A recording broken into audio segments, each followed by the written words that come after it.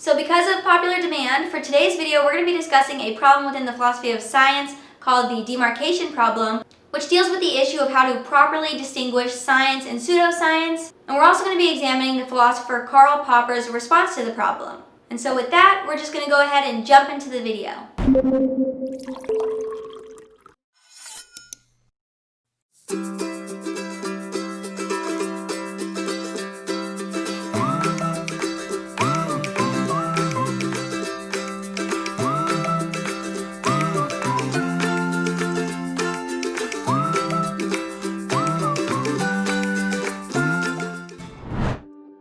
So what is it exactly that makes a theory scientific?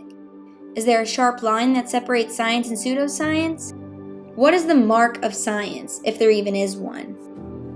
Questions like these capture the heart of the demarcation problem in the philosophy of science. For a while, the generally accepted answer to the demarcation problem was that the mark of science is its inductive method.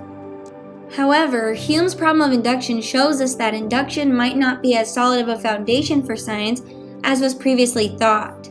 For those that haven't heard about the problem of induction, I highly recommend you guys pause the video right here and go check out an older video of mine where I go into more detail on this, because understanding the problem of induction is crucial to understanding why some philosophers reject the inductive method as the proper mark of science. The philosopher that we're going to be talking about today that's famous for rejecting the inductive method as the mark of science and for developing his own unique criterion is the philosopher Karl Popper. For Popper, what makes a theory scientific is not the inductive method, but rather, it's the theory's falsifiability.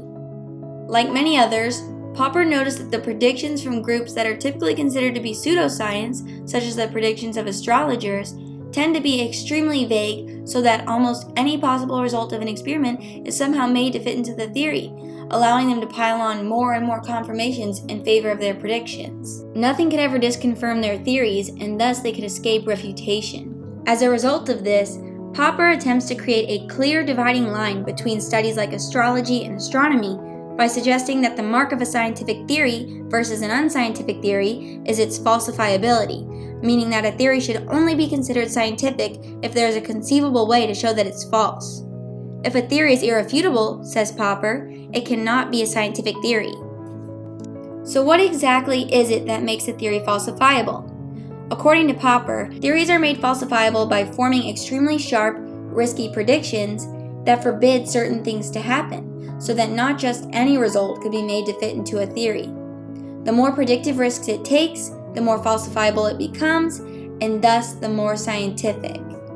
Overall, Popper views his criterion for science as a better demarcation principle than induction, not only in view of the fact that induction rests on shaky, circular grounds, but also because it provides this sharp dividing line that separates refutable theories from irrefutable theories that like to dance around falsifying evidence. Curiously, though, Popper doesn't seem to throw out induction entirely, which ends up getting him into some trouble. According to Popper, if there are more instances of a theory not being falsified, the more confirmed, or closer to the facts, that theory is. This causes his view to appear inconsistent, since Popper claims to be an anti-inductivist that believes that the piling on of more and more evidence doesn't make a theory any more confirmed. So that was Karl Popper's response to the demarcation problem. For our next video, we're going to be talking about a different philosopher by the name of Thomas Kuhn, who has a very different approach to the problem, and I think you guys will find it super interesting. But thank you guys so much for watching. I hope you enjoyed it, and I'll see you guys next time.